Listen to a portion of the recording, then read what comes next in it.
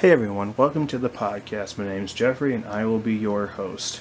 Today's topic is the 1820s kitchen at the Stephenson House.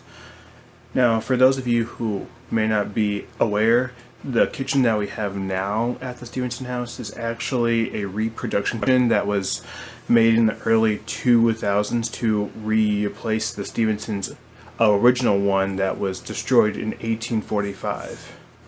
The reason that it was destroyed was because a new family had moved in 1845 and they needed more space for their larger family, so they tore down the back part of the Stephenson house, which included their kitchen and a servant's quarters space. So with that being torn down, they built a two-story structure that now stands at the back of the house. When the Stephensons first built the house, the kitchen was attached on the back side of the house. It was right off the dining room, and then on the second story there was a servants section that was attached to the children's room. But now that we don't have that, we have a detached space. It works more like a summer space than it does anything else. Now, the Stephensons were Southerners, so having a summer space wouldn't have been out of the ordinary, because when you're south, obviously you get warmer. So they would have been used to seeing spaces detached from their house. We're not sure why the Stephensons decided to build their kitchen on the back section. Both were common during the time. You just see more detached spaces in the south compared to the north to keep out the heat and to keep out bugs. So that's why we have a detached space now, is because it actually helps us keep out the heat from the hearth fire, and when we're cooking or making candles or anything, bugs like to get in. So it's nice to have that space where we're not having to worry about critters getting into the main house. Before we dive into some of the extra stuff that the kitchen has, I always want to point out a few myths that comes with having a kitchen. One thing is that how I had mentioned that we have a detached space. A myth rose that the reason that we have a detached kitchen is because we didn't want the main house to catch fire with it being on the back section.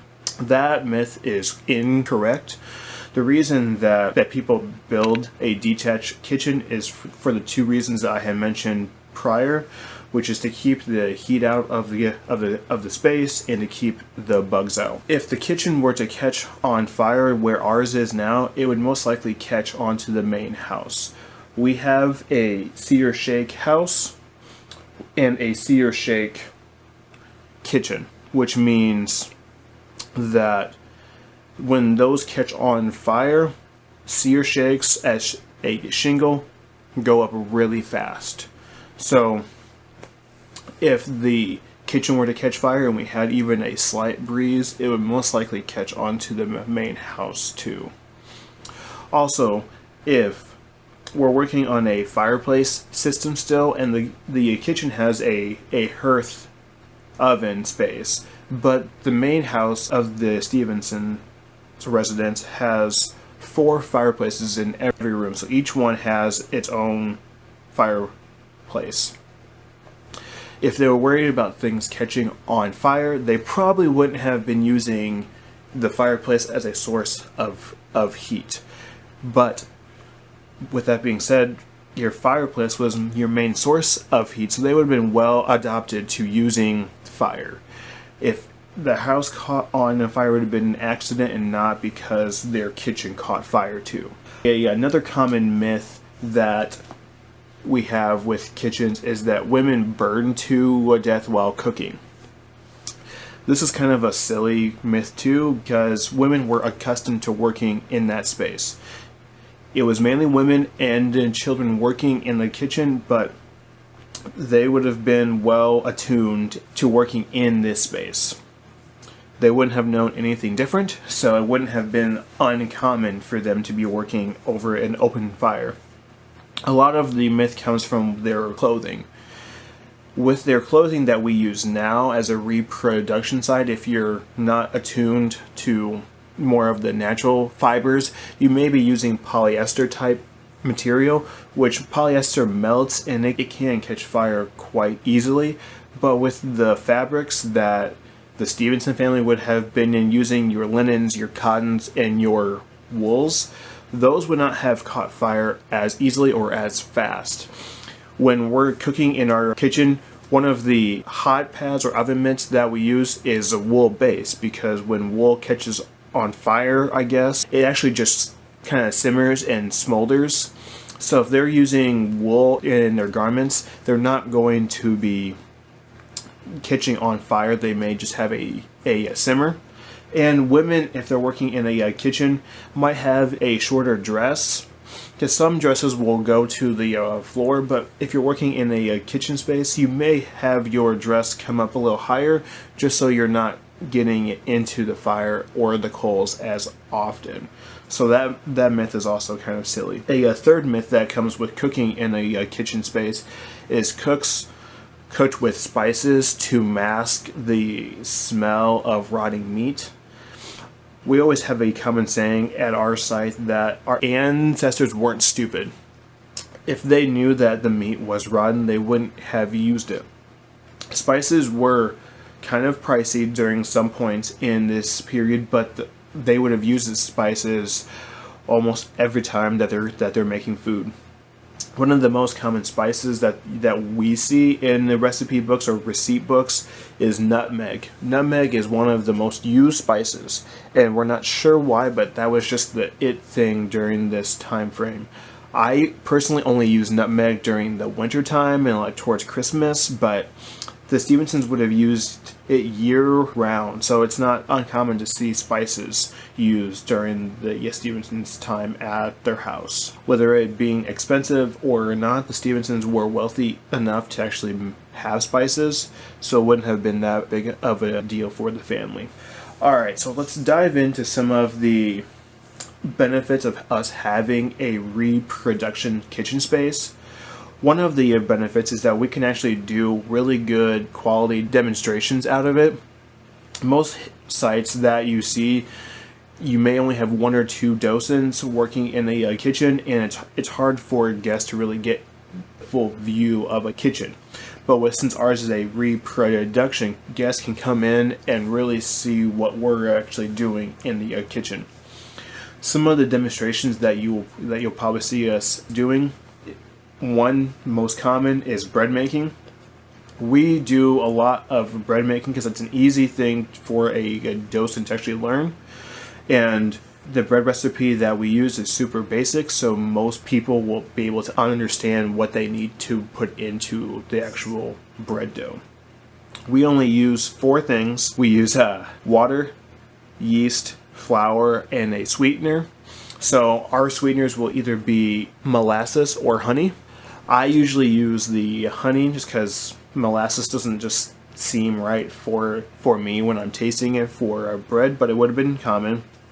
This bread recipe comes from Kaskaskia, and it was made in the 1750s. We're on the frontier, and some of their resources may not have been available all the time. So we will actually have easier access to some of these things to make the bare bones bread, as we call it. One of the other things that we do at the Stephenson House is candles. The Stephensons would have made their own candles, or they could have purchased them. We usually make ours on site. We use beeswax. The Stephensons could have used tallow, which is lard or beef fat, but we used beeswax now because we don't have an abundance of fat to actually use. And when you're using lard and make it into candles, it usually stinks when you burn them, or it will burn black soot and leave rings on your ceilings. Since we are a historic site, we try not to use those as often, but we will use the beeswax. While it is more expensive, but it also burns a lot cleaner than the lard would. The Stephensons could have mixed the beeswax and the lard to make a candle that can last just a bit longer, because if you have a tallow candle in the summer, fat melts really fast. So they will be making candles quite often. If they use it with some beeswax too, they may not burn down as fast. During the spring, you'll see us doing some food preservation with our school tours. That's a common thing that the Stephensons would have been doing, just maybe not in the spring, because we're still in our planting season for us at the house. So you would start to see more of our food preservation in the summertime or fall, when most of our crops are getting ready to harvest. But some of the food preservation that we do at the house is cucumbers to pickle. We also will be doing corn, because if you don't have flour, cornmeal is a good substitute. Towards the fall, you'll start to see us doing some dried herbs like tobacco or cotton. So those are some of the things that we kind of do in the kitchen. The last thing that can be done in the kitchen during the winter months is laundry. Now, we do have a laundry pit out back, so when we're doing it during the spring and the summer and the fall, we will probably be doing laundry outside. But since the Stephensons didn't really have a wash house, and if it was really cold, they'd probably do laundry in the kitchen. So going on to some of the cooking methods that you might have in this kitchen space, since we are working with a hearth system, even though we're towards the end of the hearth system, by the 1920s you'll start to see some stoves, some actual stoves, kind of the stovepipe stoves, and by the 1830s you'll see those stoves more often, and then by the 40s hearths really aren't used anymore. But the Stephensons decided to use hearths as a main source of their heat. So we have a lot of ovens that we will be using in the kitchen. Our main oven is the Beehive Oven, which that sits on the northwest corner of the house. And the reason that it is a beehive is because if you look on the back part, it looks like a brick beehive. Some of the other ovens that we will use are kettles, which kind of look like your Dutch ovens now, but that wasn't what the Stephenson family would have called them. If you were to look for a Dutch oven, you probably would have gotten a copper reflector oven instead. So those are two of the ovens that we would have used besides the Beehive. The way that you would use a big kettle was you would put coals on the bottom of your kettle, and then you would put whatever you're cooking. Then you would shut the lid on the cast iron part, and then the lid actually has a little rim where you would put coals on the top too. So then you kind of get a 360 cooking with your kettles.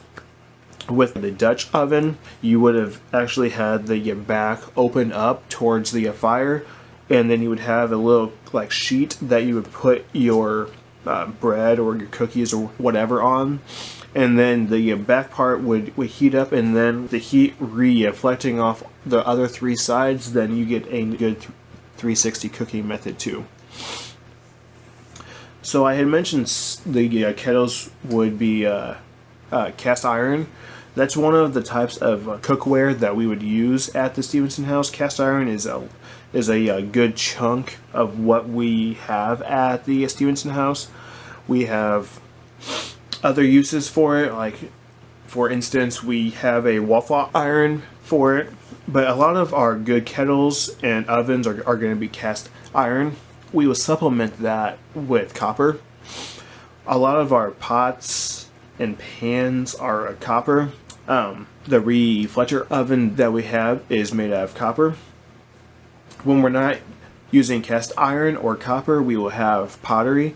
With all of our mixing bowls, those are all made out of pottery. For our utensils, we're using a lot of wood, horn, or some of your silverware is like actual silver. But if you're not wealthy, you may have some of your irons or tins used for silverware as well. Most of our mixing spoons are all made out of wood, and then you can make spoons with horn as well.